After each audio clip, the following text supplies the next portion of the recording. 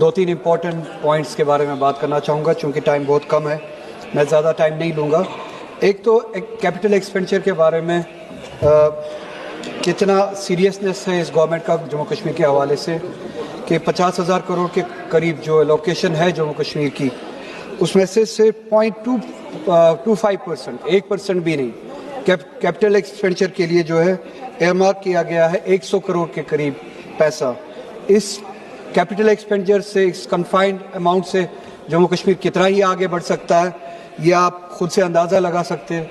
اس government کی seriousness ہے کتنی ہے جموں کشمیر کے حوالے سے خود آپ اندازہ لگا سکتے ہیں، اور ان کی سیریسنس کہاں پہ اس بات سے پتہ چلتا ہے کہ 10,000 کروڑ کے قریب پولیس کے لیے ایئر مارک کیے گئے ہیں، لوکیشن کی گئی ہے 10,000 کروڑ کے قریب پیسے اس بجٹ میں، مگر کیپٹل ایکسپینڈیچر کے لیے جموں کشمیر سے، جس سے ریڑھ کی ہڈی کھڑی ہو سکتی ہے، جس سے امپلائمنٹ بن سکتی ہے، جس سے ترقی کر سکتا ہے جموں کشمیر، وہاں پہ صرف 100 کروڑ روپے، اور جہاں پہ 10,000 کروڑ روپے پولیس کے لیے انہوں نے الوکیٹ کیے ہیں وہاں پہ ایک اہم سیکٹر ٹورزم وہ بھول چکے ہیں، ایس ایم ایز بھول چکے ہیں، ٹیکنالوجی بھول چکے ہیں۔ کشمیر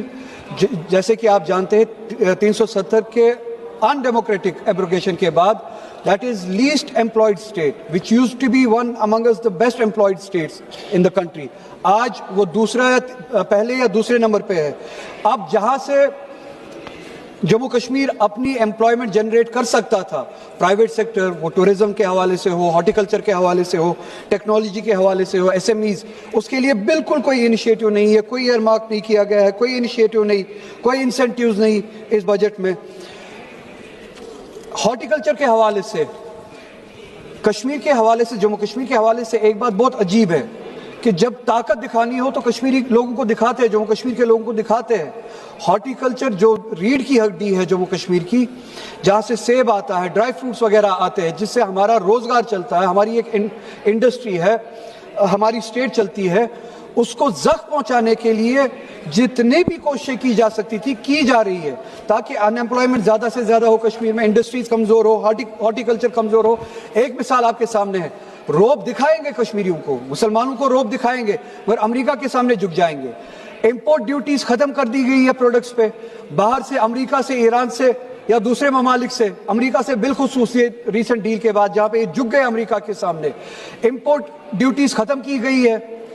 امریکہ کے امپورٹ پہ، اور جموں کشمیر کا سیب پروڈکٹ جو اسے سفر کرے گا۔ یہ ایک سوچی سمجھی سازش مجھے لگتی ہے جموں کشمیر کی انڈسٹری کو کمزور کرنے کی۔ امپلائمنٹ کا حال آپ دیکھ ہی رہے ہیں، 370 کے انکانسٹیٹیوشنل ایبروگیشن کے بعد لیسٹ امپلائڈ اسٹیٹ ہے۔ اس کے بعد آپ دیکھ لیجئے جل جیون کے لیے 1,500 کروڑ روپے کی لائبلٹی ابھی بھی ہے، اس بجٹ میں اس کے حوالے سے کوئی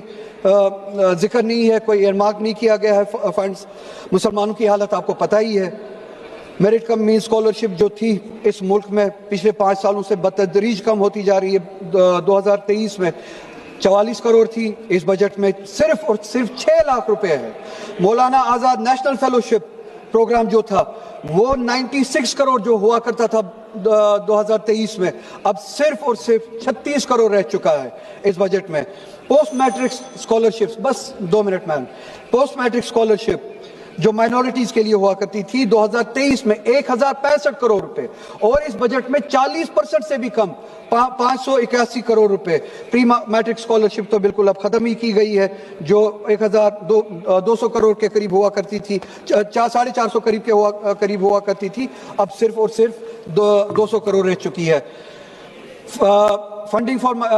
مائنورٹی ایجوکیشن انسٹیٹیوشنز جس میں مدرسہ وغیرہ بھی آتا تھا، اب 10 کروڑ روپے سے بالکل زیرو پہ آ چکا ہے۔ یہ رہی بات فارمل پالیسی، فارمل